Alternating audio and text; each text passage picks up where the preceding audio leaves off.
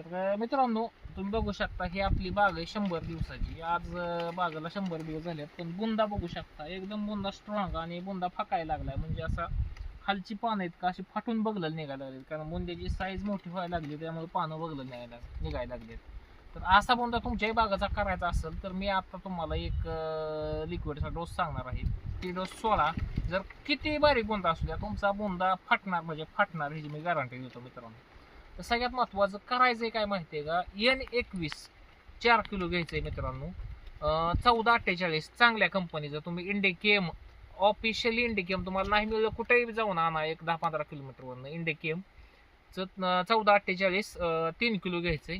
आणि त्याच्यामध्ये एक झिंक 250 ग्रॅम टाकायचं. असा हा 3चा एक जबरदस्त डोस द्यायचा. जर ह्या डोसनी कसल्या बी तुमच्या बागेचा बुंदा आहे तो असा फाटणार म्हणजे फाटणार. आपली 100 दिवसाची बाग आहे, बघू शकता तुम्ही इकडे पाठीमागं सुद्धा एकदम टॉप लेवलची सगळी बाग आहे, सगळं बुंद सारखं. आणि सांगायचंय मला फक्त अशा प्रकारचा एक डोस करा. भेटू पुढच्या व्हिडिओमध्ये.